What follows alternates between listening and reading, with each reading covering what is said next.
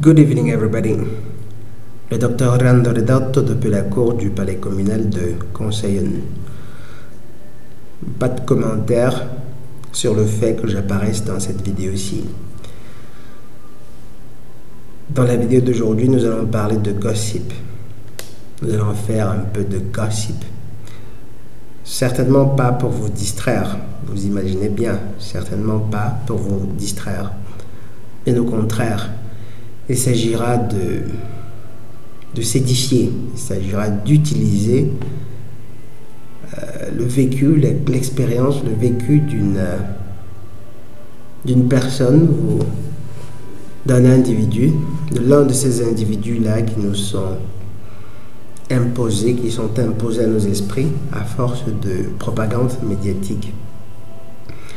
Et en fait, ils sont imposés à nos esprits non pas parce que ce sont des parangons de vertu, bien au contraire, précisément parce que ce sont des modèles de déchéance en fait, des modèles de déchéance. Donc ce que nous allons faire, ce sera d'utiliser ces expériences-là qui sont imposées à nos esprits, qui sont ainsi médiatisées pour nous détruire, pour nous amener à copier un modèle qui à la longue est destructeur. Nous allons prendre ces expériences-là et en tirer des leçons dont les effets au final seront contraires au but qui était recherché par les promoteurs de tel contenu. Il s'agit notamment de Steve Harvey, comme vous avez pu le lire dans le titre. Les protagonistes de cette histoire, de cette affaire sont nommés Steve Harvey, son épouse Marjorie Harvey, et comme vous le savez déjà, sans doute le troisième homme, la troisième personne, son garde du corps. Il se trouve, il paraît pour l'heure, simplement parce qu'il s'est déjà donné la peine de démentir. Ils se sont donné la peine de démentir. On peut imaginer pourquoi. Mais commençons déjà par la rumeur, par la soi-disant rumeur. Il paraît que cette Marjorie, avec qui il est marié depuis maintenant depuis 2007, soit environ, on va dire quoi, 16 ans, ça fait 2017, ça ferait 10, ensuite environ 16 ans, exactement. Il paraît qu'elle l'aurait trompé, et ce, pendant longtemps. Elle l'aurait trompé avec qui? Avec le garde du corps de ce mec-ci, le garde du corps de Steve Harvey. En fait, je crois que je vais commencer avec une sorte, par une présentation à rebours, en commençant justement par son démenti. On peut très bien imaginer, déjà il faut savoir qu'il n'y a pas de fumée sans feu. Cette rumeur a couru pendant des semaines justement, et en fait ce n'est devenu une rumeur qu'à partir du moment où il l'a démenti. On peut imaginer pourquoi il l'aurait démenti. Non seulement pour son image en tant que chaman, dans une certaine mesure, ils sont probablement arrivés à un certain accord du genre, écoute, ce que nous allons faire, nous allons publier un démenti et puis après je vais te signer un chèque et puis après on sera quitte. Mais bref, il faudrait quelque part planter un certain décor. Le gars Steve Harvey, en réalité, c'est un showman, c'est un coach sentimental, un coach en amour en réalité. Il prodigue des conseils aux amoureux qui parfois se demandent ce qu'ils pourraient faire pour conquérir l'autre, pour comment réagir lorsque l'autre nous a trompés. Bref, c'est un coach en relations sentimentales, en relations amoureuses. Et le comble de l'ironie, c'est quoi, mes chers amis? C'est que Je crois que ces seigneurs ténébreux-là s'amusent littéralement à nous narguer. Je vous disais à l'intro, dans le fragment où j'apparais, qu'en fait, ces gens les modèles que les seigneurs ténébreux nous donnent ne sont pas des parangons de vertu, mais précisément des modèles de déchéance. Et ce, bien entendu, afin de nous lessiver les cerveaux, afin de nous démoraliser, de normaliser des comportements en réalité soit déviants, soit condamnables. En réalité, le Steve Harvey, c'est un coach en relations amoureuses, et pourtant, lorsque vous donnez un coup d'œil à sa vie sentimentale, c'est des dégâts. Le gars, en réalité, il était là à son 3e mariage, son 2e ou 3e mariage, c'est-à-dire avec 2 divorces derrière lui. 2 divorces et des enfants. Mais je crois qu'une chose, un aspect particulièrement tragique, c'est le fait qu'il ait coupé tous les ponts, non pas seulement avec ses 2 épouses précédentes, mais aussi avec certains de ses enfants, des enfants de l'une de ses épouses-là. Ce qui, évidemment, est quelque chose d'ignoble. Et justement, c'est ce mec-là qui donne des conseils en amour. Et qui à la télévision, c'est-à-dire il est suivi par des millions et des millions de personnes, non seulement aux États-Unis, mais aussi dans le reste du monde. Et c'est particulièrement amusant. Pourquoi? Parce que le gars, lorsque vous voyez la conviction avec laquelle à l'occasion, il donne des conseils qui sont littéralement absurdes aux hommes, vous vous dites, mais c'est terrible, c'est simplement inouï, quoi. Et quand je parle de conseils terribles, je me réfère spécifiquement à ces conseils qui vous mettront dans une situation dans laquelle vous serez piétiné, écrasé par votre compagne, la gynophore, évidemment. Il est la définition même du supermangina. Lorsque vous écoutez ces conseils, il tend évidemment toujours à dire aux gynophores ce qu'elles veulent entendre. C'est toujours l'homme qui doit payer. Je me rappelle cet épisode particulièrement, cette fois-là, où il répondait aux questions d'une journaliste en disant qu'en réalité, dans le couple, dans n'importe quel couple, l'homme devrait être redevable parce que dans le fond, c'est la gynophore qui donne en réalité qui contribue à 85% dans le couple. Et l'androphore, lui, seulement à 15%. Et le truc, c'est quoi, les gars? C'est qu'il le disait avec une telle conviction qu'il battait même les mains, quoi. Vous voyez parfois les Noirs américains, les Afro-américains, lorsqu'ils disent, ils parlent avec, ils accompagnent leur propos du geste, ce geste-là qui consiste à battre les mains comme ça. Vous écoutiez, vous voyez, vous imaginez un peu Steve Harvey, là, je le dis en français bien entendu. Vous savez, mes chers amis, vos épouses contribuent à 85% dans votre ménage. Du coup, vous devez leur lécher les bottes, vous devez les aduler. Bref, c'est le supermangina qui conseille les hommes, qui dit aux hommes qu'en réalité, ils doivent être des tapis pour les gynophores. Ils doivent aduler les gynophores. Et c'est simplement horrible. Mais fort heureusement, mes chers amis, le karma est toujours aux portes. Le karma est toujours là pour vous donner la juste mesure de votre impiété ou de votre folie ou ce que vous préférez. Bref. Le truc intéressant ici, c'est quoi? C'est que, en réalité, dans ce rapport avec cette Marjorie, il y avait tellement de signaux de danger, red flags, comme ils disent en anglais.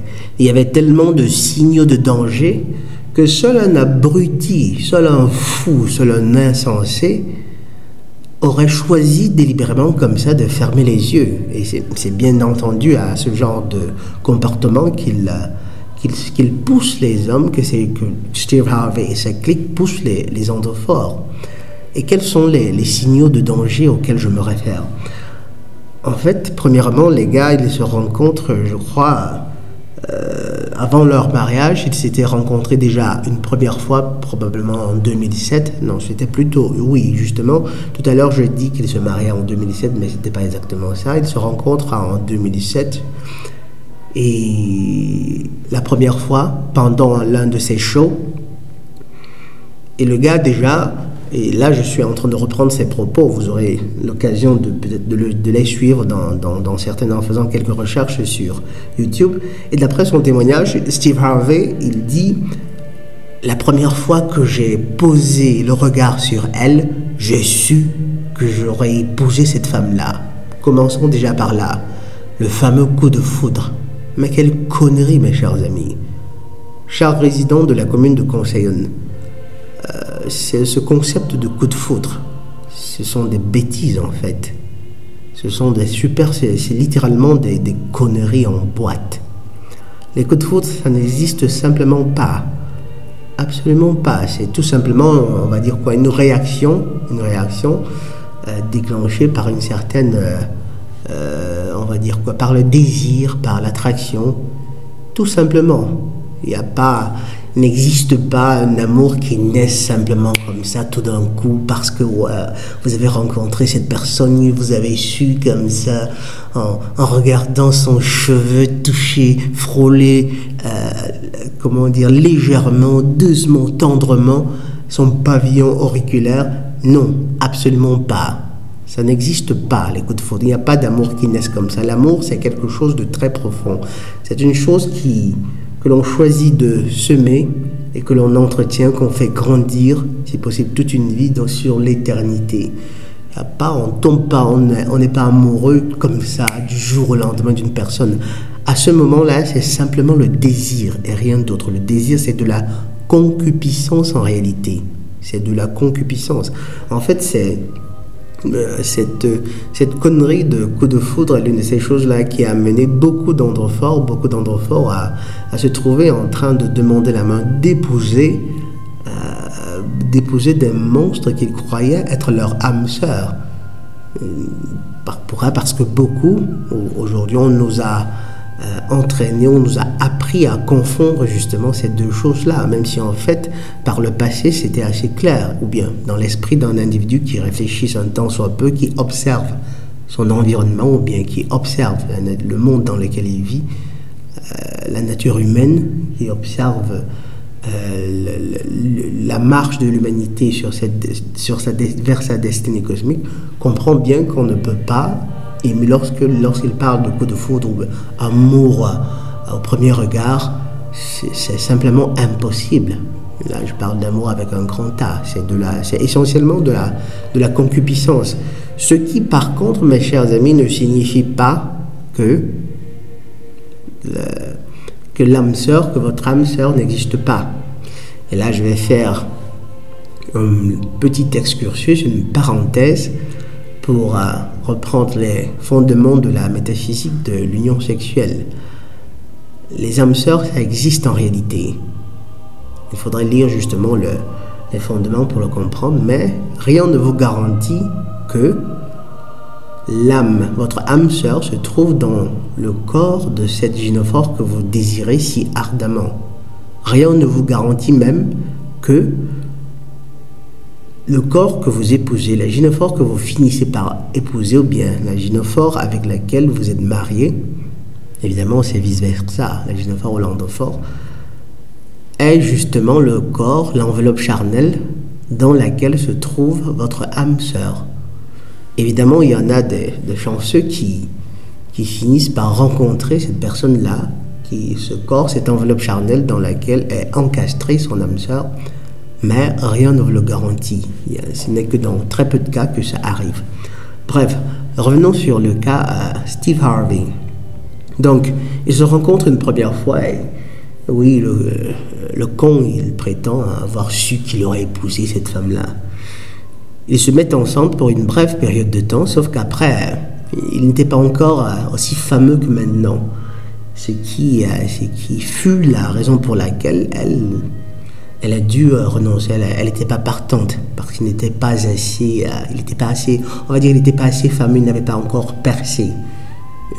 Ce qui revient à dire qu'il n'était pas encore suffisamment riche à ses goûts, au goût de Marjorie.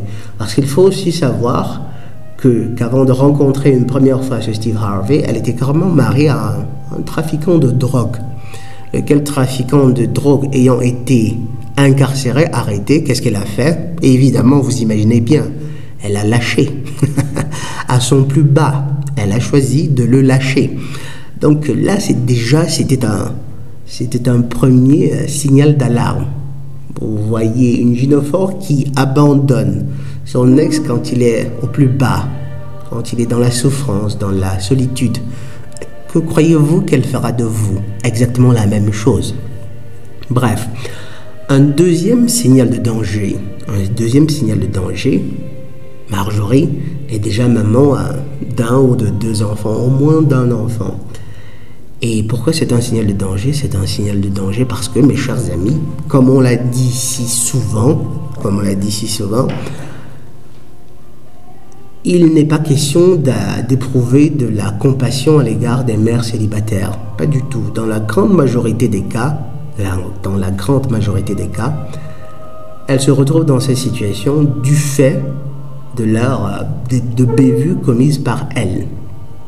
Et je le souligne, ça ne s'applique pas littéralement à toutes les mères célibataires. Je sais parfaitement qu'il y a des exceptions, j'en suis parfaitement conscient. Il y a des gynophores bien intentionnés, entre guillemets, pour autant qu'elles puissent être bien intentionnées, qui tombent sur des mecs qui sont simplement des connards. Déjà, on pourrait bien se demander si, vu qu'elles ont cette intuition, cette fameuse intuition, comment elles font pour ne pas se rendre compte que c'est un connard. Bref, disons qu'il y a des endophores, il y a des humains qui savent cacher leurs griffes. Mais le fait qu'il y ait quelques cas de gynophores innocentes n'enlève rien à la nécessité justement de stigmatiser le grand nombre, la grande majorité qui, dans la plupart du cas, justement, se comportent de façon affiche ou bien met en œuvre, implémente des comportements qui finissent par éloigner leur mari ou bien leur conjoint, leur compagnon. Dans la plupart des cas, elles sont absolument responsables. Du coup, pour un homme qui n'est pas encore marié, bien pour un homme qui voudrait se remarier, se remettre à une gynophore, une mère célibataire, ce n'est certainement pas le premier choix. Pas du tout. Mais le plus important concernant justement le fait de choisir comme compagne une mère célibataire, c'est quoi? C'est que vous faites preuve, mes chers amis, de faiblesse. Déjà, de faiblesse, d'ingénuité. En réalité, vous êtes vil. Vous êtes vil d'être disposé à prendre soin de la progéniture d'une semence qui n'est pas la vôtre. Il faut vraiment quelque part être un être humain vil pour consentir à cela. C'est-à-dire vil dans le sens que vous n'avez presque aucune conscience de votre valeur propre, ou alors vous y avez renoncé, vous n'avez pas eu la capacité de renoncer au plaisir charnel afin de défendre votre valeur propre.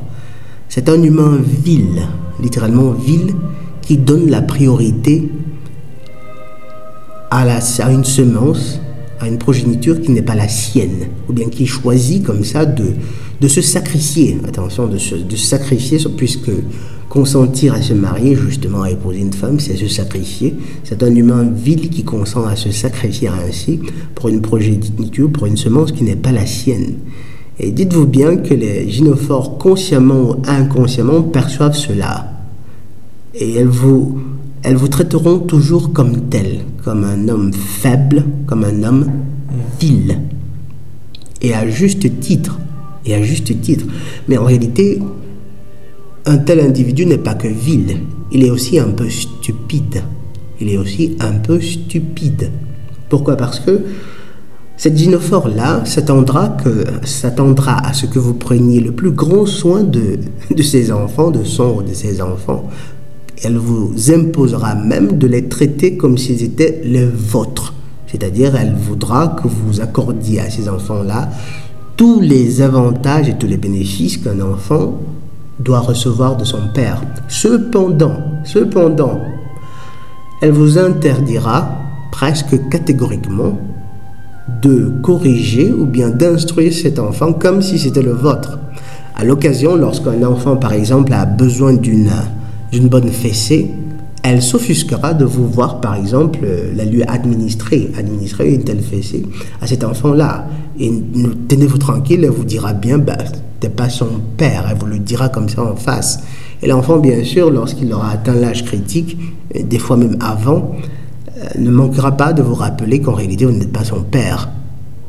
Faisant fi, ignorant par exemple toute l'attention, toute l'affection que vous lui aurez prodiguée pendant son enfance. Donc c'était là un autre signal de danger, un autre signal d'alarme que ce petit fou, ce coach en relations sentimentales, a choisi d'ignorer. Il ignore cela. Bref, il se trouve que initialement, elle n'est donc pas disposée à sortir avec lui parce qu'il n'est pas encore suffisamment riche. Mais des années plus tard, le gars il perce à la télévision, il devient le multimillionnaire qu'il est aujourd'hui. Et là, il se passe quoi? Il se passe qu'en fait, le garde du corps, qui apparemment était celui qui initialement avait présenté la dame à Steve Harvey, il la relance environ, on va dire 5 ou 6 ans plus tard. Il relance donc le dossier Marjorie. Il la réintroduit dans les grâces de Steve Harvey. Et qu'est-ce que le monsieur fait? Qu'est-ce que monsieur l'abruti de gauche fait? Il dit oui, il l'accueille à bras ouverts. C'est-à-dire une femme, une gynophore qui n'a pas voulu de vous parce que vous n'étiez pas suffisamment riche. Elle revient comme ça et vous l'acceptez. Mais dites-moi donc, mes chers amis, jusqu'à quel point faudrait-il être insensé pour accepter déjà que dès qu'une gynophore choisit de vous abandonner, de s'en aller, il faut être un peu fou ou alors très courageux, très courageux pour l'admettre par la suite dans vos bonnes grâces. Fou ou très courageux, parce qu'après, il y en a d'individus qui disent, voyons voir si elle a vraiment changé, voyons voir, je sais que je vais en souffrir, voyons voir, je vais lui donner une deuxième chance. Mais ceux-là qui sont autant courageux, avant d'entreprendre un tel chemin, assurez-vous d'avoir une armure vraiment, vraiment solide. Parce qu'en réalité, lorsqu'elles reviennent en général, ce n'est pas parce qu'elles ont changé. Elles reviennent en réalité, c'est simplement parce qu'elles se sont rendues compte qu'elles n'ont pas eu mieux que vous. Ou bien encore, elles se sont rendues compte qu'entre-temps, vous êtes devenu meilleur que tout ce qu'elles pourraient avoir. Elle va revenir là pour reprendre, en réalité, d'un point de vue subconscient, probablement elle ne revient que pour détruire ce qu'elle n'a pas pu détruire la première fois. Et avec tous ces signaux de danger, qu'est-ce que Steve Harvey fait? Il dit, ouais, je l'aime, je la veux, je vais l'épouser, et il l'épouse. C'est fou, mes chers amis, c'est terrible. Bref, il l'épouse et pendant des années, justement, ils ont vécu beaucoup d'années ensemble, ils ont fait des enfants, les voyages, les sorties, les ci, les ça, la belle vie, jusqu'à ce que, en août dernier, le mois dernier en fait, on découvre qu'en réalité, ça fait un bon bout de temps qu'elle le trompe, et avec qui? Avec son garde du corps. Tout Jésus. Déjà, une autre parenthèse, mes chers amis. Le garde du corps, évidemment, lui aussi est un être humain vil. Pour d'autres raisons, mais lui aussi, il est tout autant vil. Et je vais, justement, pour cette parenthèse-là, dire à tous les endophores qui m'écoutent, il n'y a absolument aucune raison, mes chers amis, pour que vous choisissiez délibérément comme ça de coucher avec une femme que vous savez appartenir à un autre homme. Absolument pas. Je n'ai pas l'autorité de vous l'interdire, mais je vous conseille vivement de ne jamais le faire, mais alors pas du tout. En réalité, vous devez être si honorable au point de vous interdire, que vous interdisiez, au point de vous interdire à vous-même, même de regarder, ne serait-ce que regarder dans les yeux une femme que vous savez appartenir à un autre homme. Et encore moins une femme qui serait l'épouse d'un ami, d'un frère ou que sais-je encore. Si vous savez, après je sais parfaitement qu'il y a des gynophores, il y en a qui réussissent à cacher cela, mais autant que faire se peut, essayez d'avoir autant d'informations sur la gynophore que vous côtoyez, ou bien du moins limitons-nous ici, dans ce cadre-ci, au gynophore dont vous savez appartenir à un autre homme. Il n'y a, peu importe la puissance du désir, peu importe la puissance de l'attraction, il est de loin préférable d'aller tout simplement vous offrir les services d'une honnête plutôt que de toucher un seul instant, une seule seconde avec un quelconque degré de concupiscence une femme que vous savez appartenir à un autre homme. Ne le faites pas, ne le faites jamais. Dites à vos fils, à vos cousins, à vos amis, à vos hommes que ce n'est pas un comportement honorable. Au contraire, là, c'est même un euphémisme. C'est un comportement très, non seulement déshonorant pour l'autre homme, mais plus encore pour vous-même. Les conséquences après, et c'est une chose en fait que des fois je peine littéralement à m'expliquer. Après, on va dire la plupart des androphores, du fait du matraquage médiatique qu'ils ont subi, sont des érotomanes, mais nous disposons de puissance suffisante justement pour éviter de telles choses. Mais jamais, jamais et jamais. Bref, revenons à Steve et à Marjorie. Donc en fait, cette Marjorie qui justement après se retrouve réussi à récupérer ce Steve Harvey une fois qu'il est devenu riche. L'épouse, elle lui donne des bambins, ce qui est pour elle en général non pas le résultat de leur volonté d'accomplir les desseins divins, mais surtout le résultat d'un plan quelque peu machiavélique qui est celui d'avoir les justes leviers qui lui permettront après de ruiner le mari. Et donc, qu'est-ce qu'elle fait? Elle trompe son mari avec le garde du corps, avec le garde, l'individu, un mec qui travaille pour Steve Harvey depuis apparemment très longtemps. En réalité, cette Marjorie n'est rien d'autre qu'une michetonneuse. Elle en recherche toujours davantage. Il lui faut toujours un homme qui lui apporte en termes de matérialité, en termes de biens matériels, qui lui en apporte toujours davantage. C'était les voyages, c'était la belle vie, c'était les yachts. Et évidemment, elle adorait ça. Le truc bizarre, c'est quoi? C'est que lorsque vous voyez un tel couple, ils sont... c'est terrible, mes chers amis. Ils se pavanent. Il la pavane en réalité. On a presque comme l'impression qu'il y a entre ces deux personnes un amour véritable. Et pourtant, d'amour véritable, il y en aurait tout, à la limite peut-être dans le cœur de ce naïf, de Steve Harvey. Et la chose est vraiment terrible. Pourquoi? Parce que lorsque ce sont des cas, évidemment, des cas de figure qui sont très fréquents dans le monde de ces gens-là, chez les people, dans le monde de ces célébrités-là. Et je crois que la chose est à ce point médiatisée. Pourquoi? Parce que ce sont des comportements qu'ils essayent de normaliser. Ce sont des comportements qu'ils essayent de normaliser. Et le truc, c'est quoi? C'est que il est certes vrai que beaucoup de personnes condamneront justement l'action, la trahison de cette Marjorie, particulièrement les hommes, mais dites-vous bien, mes chers amis, que les gynophores, elles, dans le monde, la condamneront simplement du bout des lèvres, en attendant Une telle femme, une telle gynophore devrait, dans une certaine mesure, littéralement subir, mais de plein fouet, les conséquences d'une telle action. Mais d'après vous, qu'est-ce qui se passe? Exactement le contraire.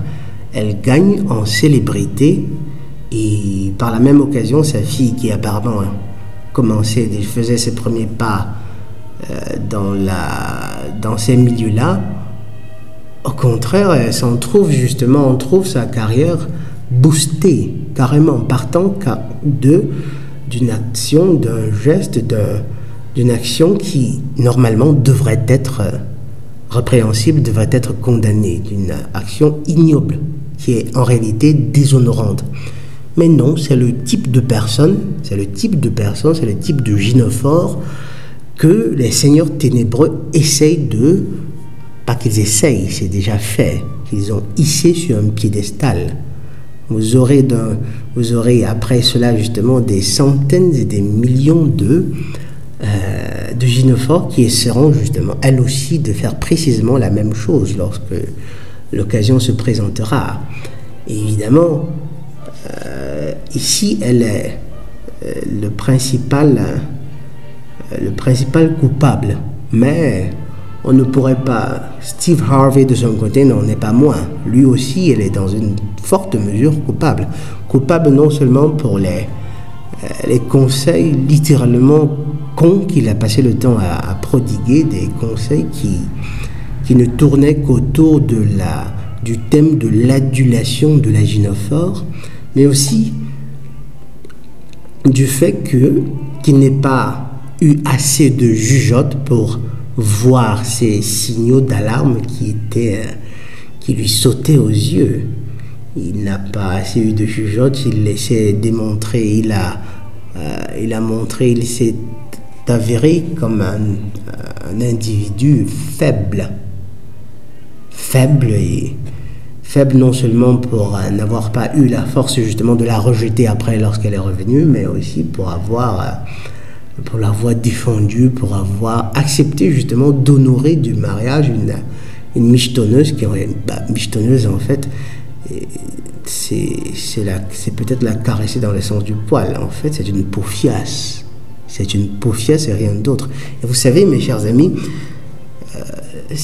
là, c'est une chose qui parfois peut être quelque peu douloureuse.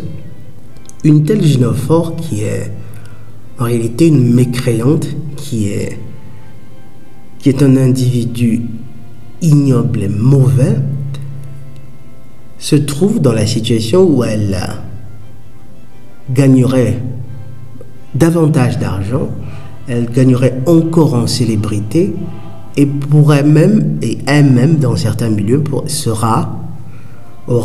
bénéficiera de plus de considération que par exemple une honnête ou une prostituée véritable.